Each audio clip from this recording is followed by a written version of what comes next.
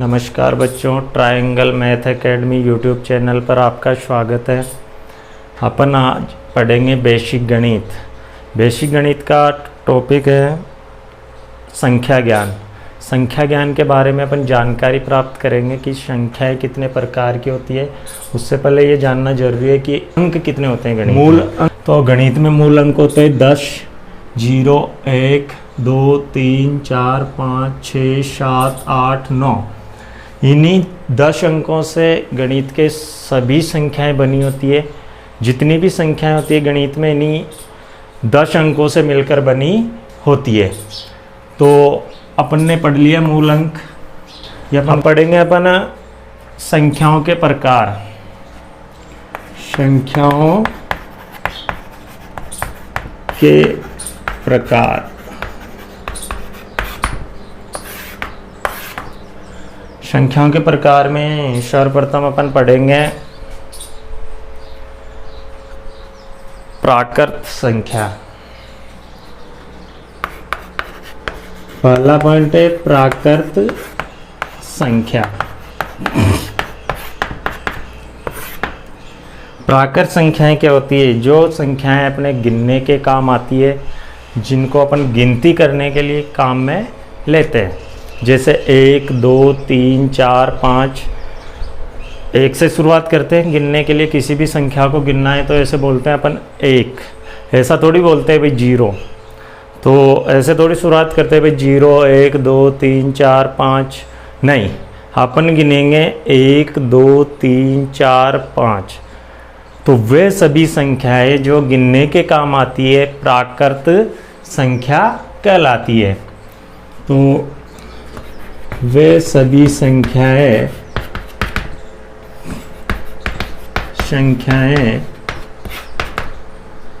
जो गिनने के काम आती है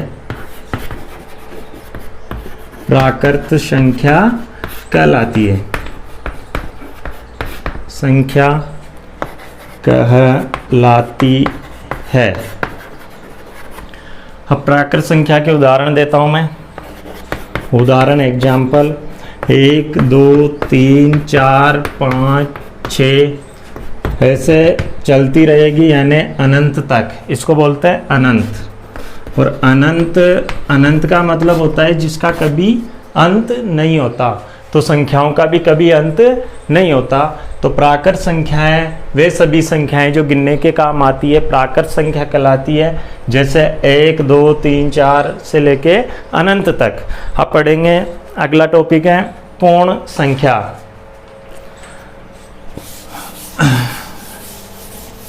संख्या के प्रकार में अगला टॉपिक है पूर्ण संख्या।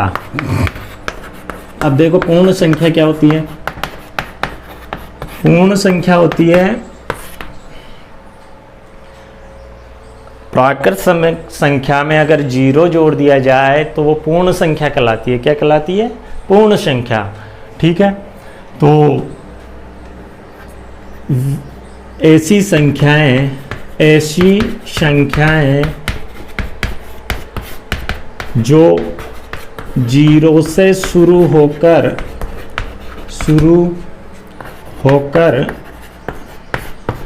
अनंत तक जाती है।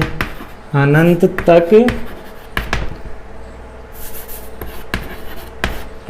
तक जाती है पूर्ण संख्या कहलाती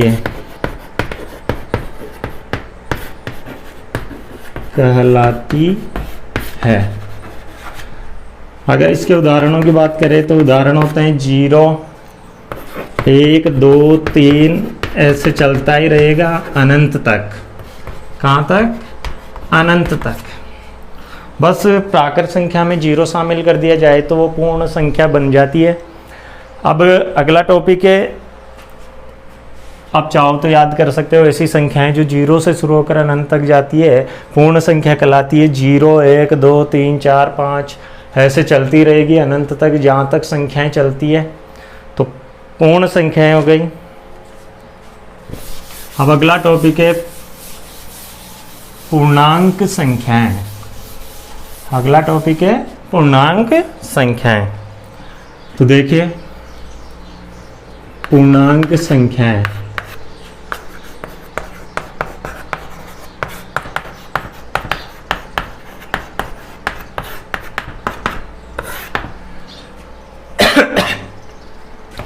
ऐसी संख्याएं जो जीरो से शुरू होकर, ऐसी संख्याएं जो माइनस अनंत से शुरू होकर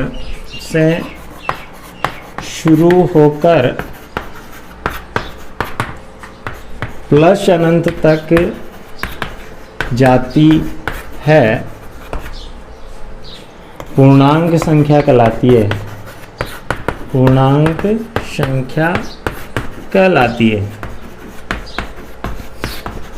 जैसे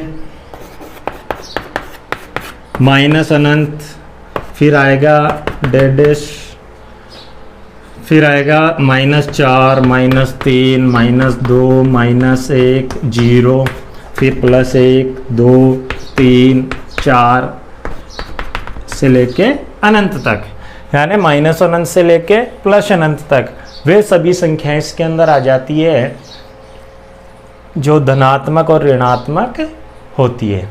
सभी की सभी संख्याएं इसी के अंदर आ जाती है पूर्णांक संख्या में, जिसमें जीरो भी होता है। ठीक है, अगला टॉपिक है सम संख्या।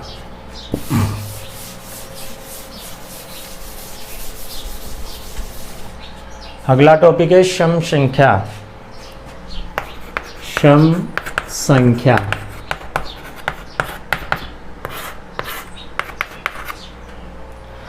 ऐसी संख्याएं जिसमें 2 का भाग पूरी बार जाता हो, यानी 2 से पूर्ण विभाजित होने वाली संख्याएं सम संख्याएं कहलाती है। 2 से पूर्ण विभाजित होने वाली संख्या का मतलब है कि 2 का भाग देने पर पॉइंटों में नहीं आनी चाहिए, पूरी बार भाग चला जाना चाहिए, कुछ भी शेषफल नहीं बचना चाहिए। तो ऐसी संख्याएं क्या कहलाएगी? सम संख्याएं। तो इसकी परिभाषा की बात करें अपन तो परिभाषा होती है ऐसी संख्या जो 2 से पूर्ण विभाजित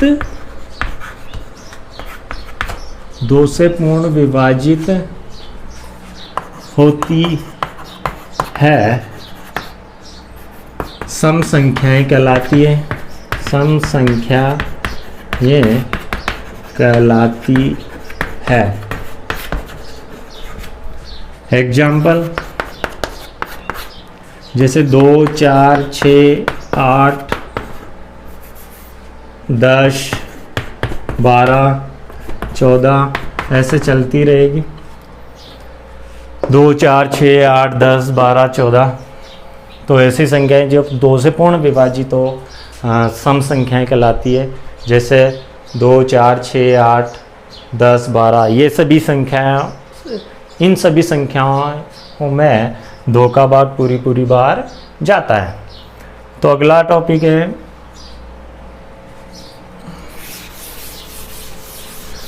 टॉपिक है अपने विषम संख्याएं। तो विषम और सम एक दूसरे के विलोम है। विषम का मतलब होता है ऐसी संख्या जो 2 से पूर्ण विभाजित नहीं हो, सीधी सी बात है। अगर सम संख्या पता है तो विषम अपन बोल देंगे कि ऐसी संख्याएं जो 2 से पूर्ण विभाजित हो। तो देखिए इसकी परिभाषा, ऐसी संख्याएं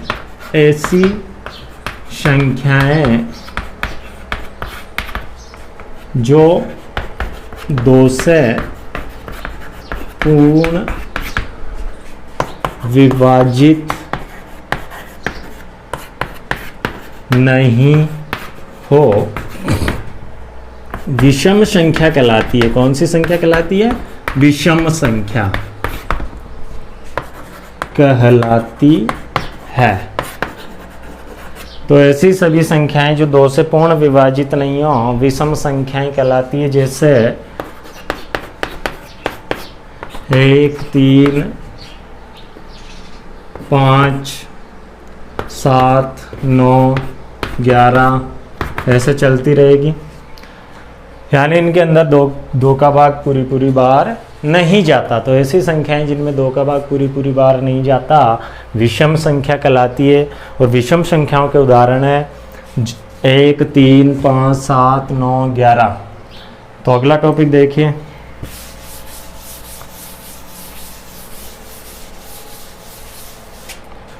अगला टॉपिक है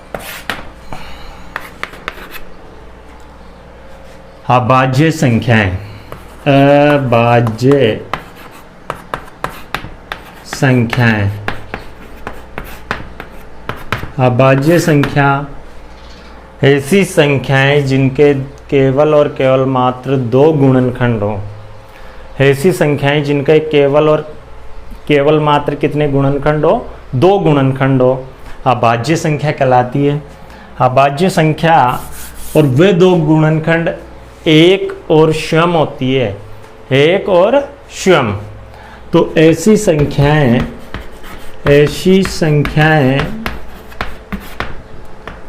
जिसके केवल मात्र 2 गुणनखंड हो, ये पढ़ेंगे अपन आगे, गुणनखंड भी पढ़ेंगे बेसिक गणित में, तो ध्यान रखना। ऐसी संख्याएं जिनके केवल मात्र 2 गुणनखंड हो, एक व स्वयं। एक व स्वयं का मतलब है एक और वो एक खुद संख्या यानी स्वयं संख्या, उसी की बात हो रही है।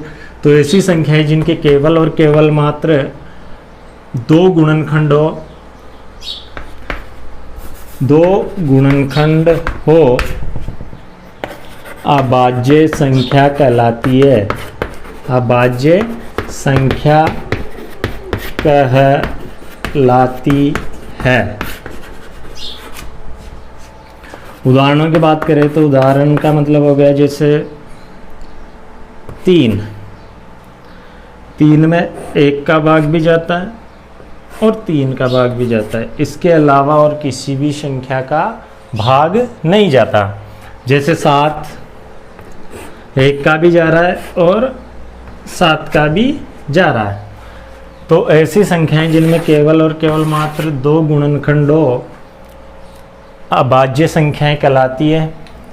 इसके उदाहरणों की बात करें तो सबसे छोटी अभाज्य संख्या होती है 2, फिर है 3, 4 नहीं है सॉरी, 2, 3, 5, 7,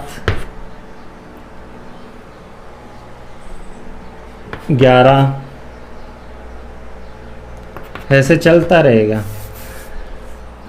7 के बाद में 11, 11 के बाद में 13, 13 के बाद में 17, 19, 23, 23 के बाद में 29, 29 के बाद में 31, ऐसे चलती रहेगी। तो ऐसी संख्याएं जिनके केवल और केवल मात्र 2 गुणनखंड हो, या सीधी दूसरा तरीका है इसका, या फिर ऐसा भी बोल सकते हो आप कि ऐसी संख्याएं जो 2 संख्याओं यानी एक और स्वयं से विभाजित होती है, अभाज्य संख्या कहलाती है। जिनमें केवल 2 संख्याओं का भाग जाता है, एक और स्वयं का, क्योंकि एक का तो सभी संख्याओं में जाता है और खुद का ही भाग जाए ऐसा समझ ले अपन, जिसमें केवल खुद स्वयं का भाग जाए। ऐसी संख्या जिसके केवल मात्र 2 गुणनखंड हो, एक और स्वयं, अभाज्य संख्याएं कहलाती है। और उदाहरण है 2, 3, 5, 7, 11, 13, 17, 19, 23। अब पढ़ेंगे भाज्य संख्या। तो देखिए भाज्य संख्याएं या संख्या, तो ऐसी संख्याएं जिनके दो से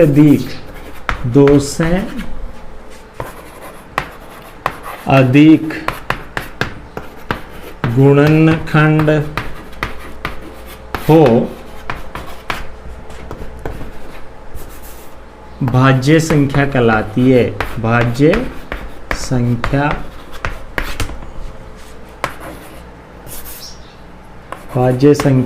कहलाती है।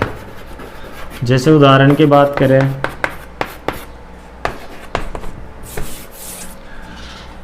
18 ले लेते हैं। तो 18 में देखो किस किस संख्या का भाग जाता है। एक का तो सभी में जाता है, 2, 3, 6, 9 और एक स्वयं का यानी 18 का। तो 1, 2, 3, 4, 5, 6 संख्याओं का भाग जा रहा है। यानी ऐसी संख्या जिसमें 2 से अधिक संख्याओं का भाग जाए भाज्य संख्या कहलाती है। तो 18 क्या है? एक भाज्य संख्या है। इसके उदाहरणों की बात करें तो 4, 6, 8, 10, 12, 14, 15, 16 ऐसे चलता ही रहेगा। तो भाज्य संख्या ऐसी संख्याएं जिनके 2 से अधिक गुणनखंड हो भाज्य संख्याएं कहलाती है। जैसे 4, 6, 8, 10, 12 और मैंने बता भी दिया भाई ऐसे। जैसे 10, एक और उदाहरण समझ लीजिए। 10 में एक का तो जाता ही जाता है, सभी में जाता है। 2 का भी जा रहा है, 5 का भी जा रहा है और एक स्वयं का 10 का। तो कितने गुणनखंड हुए? 4। यानी 2 से अधिक गुणनखंड है। तो ये भी एक क्या है? भाज्य संख्या है। अब पढ़ेंगे सहअभाज्य संख्या।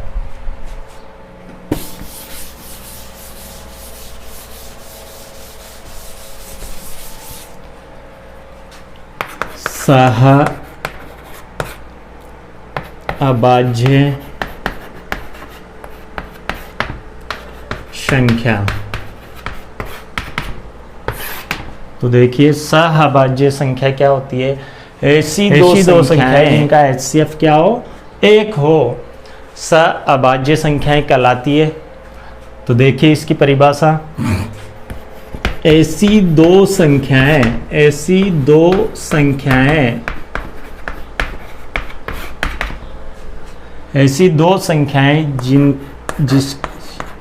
जिसका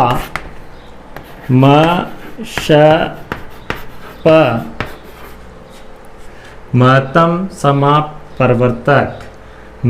समापवर्तक यानी इंग्लिश में बोलते हैं इसको HCF। इसको भी समझेंगे अपन आगे की क्लासों में, ध्यान रखना। HCF क्या होता है, एलसीएम क्या होता है, सब सीखेंगे। गुणनखंड क्या होता है। तो जिनका HCF क्या हो? HCF 1 हो, सहअभाज्य संख्याएं कहलाती है। सहअभाज्य संख्याएं कहलाती है। तो इसके उदाहरण देख लीजिए। जैसे 2 और 3, इनका अगर अपन महर्षय निकाले हैं तो इनका महर्षय आएगा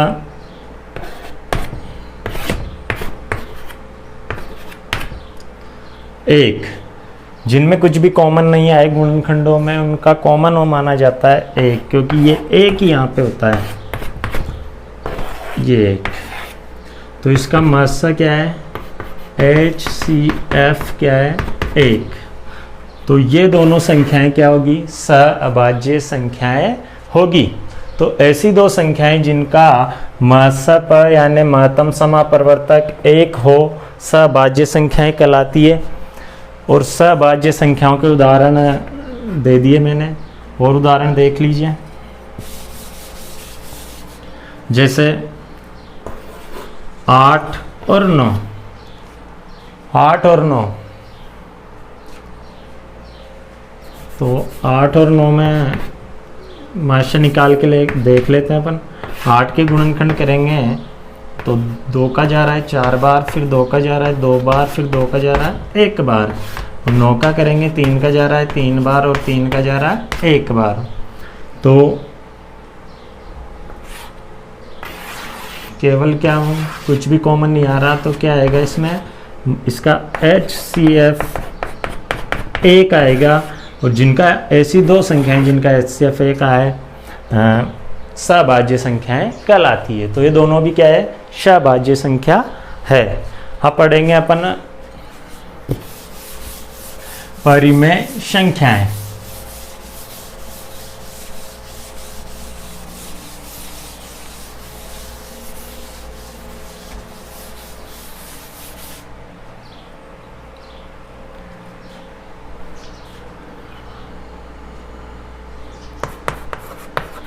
परिमेय संख्याएं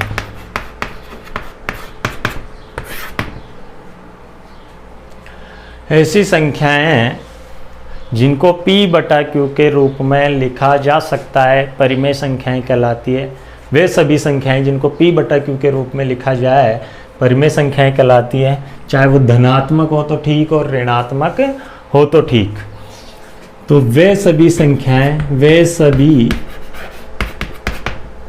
संख्याएं जिनको P/Q यानी P/Q के रूप में लिखा जा सकता हो परिमेय संख्याएं कहलाती है। परिमेय संख्याएं कहलाती है। ठीक है, तो उदाहरण के लिए 3 हो गया, 3/7 ले लो P/Q।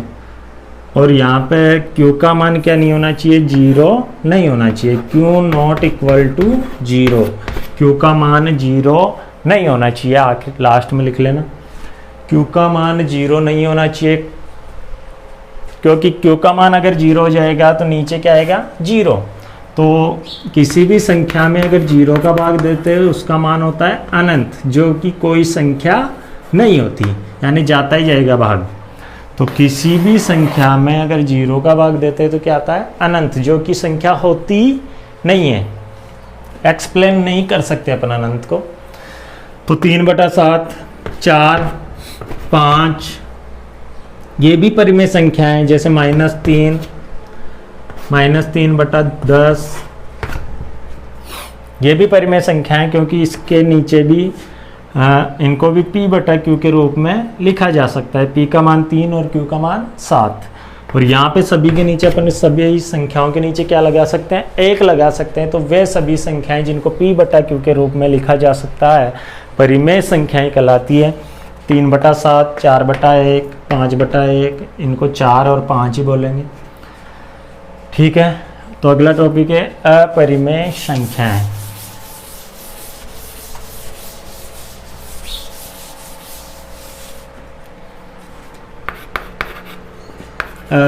अपरिमेय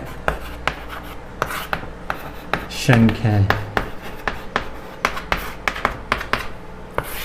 तो सीधी सी बात है, ऐसी संख्याएं जिनको P/Q के रूप में नहीं लिखा जा सकता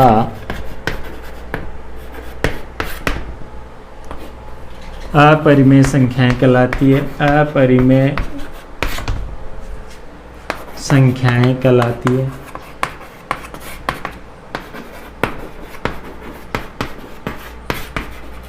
और अपरिमेय संख्या के अंदर अगर उदाहरणों की बात करें तो अपरिमेय संख्या के अंदर सभी रूट वाली संख्याएं आ जाएगी जिनका पूर्ण वर्गमूल नहीं निकाला जा सकता, यानी ऐसी सभी संख्याएं जाएंगी जिनका कोई वर्गमूल नहीं होता, जैसे कि √2, √3, √4 नहीं आएगी क्योंकि इसका वर्गमूल होता है 2, तो ये नहीं आएगी।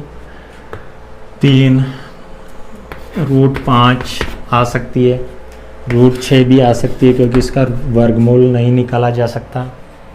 √7 आ सकती है, √8 आ सकती है। √9 नहीं आएगा क्योंकि 9 का वर्गमूल होता है 3। तो सभी रूट वाली संख्याएं क्या होती है? सभी रूट वाली संख्याएं होती है अपरिमेय संख्याएं। और एक और संख्या है जिसका उपयोग बहुत जगह होता है गणित में, पाई। पाई भी एक अपरिमेय संख्या है। पाई भी क्या है? एक अपरिमेय संख्या है।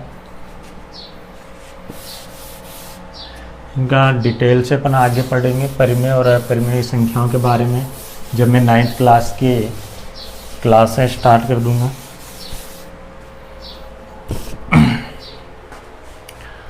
तो नमस्कार दोस्तों, आपने संख्याओं के बारे में जानकारी अच्छी लगी तो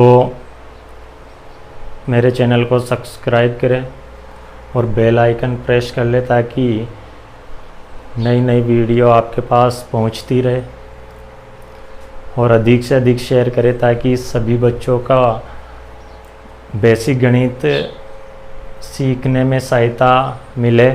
क्योंकि बेसिक गणित ही अगर समझ में आ गई तो गणित की कोई सा भी टॉपिक ले लो, सभी चीज़ें समझ में आ जाएगी। तो नमस्कार, जय हिंद, जय भारत।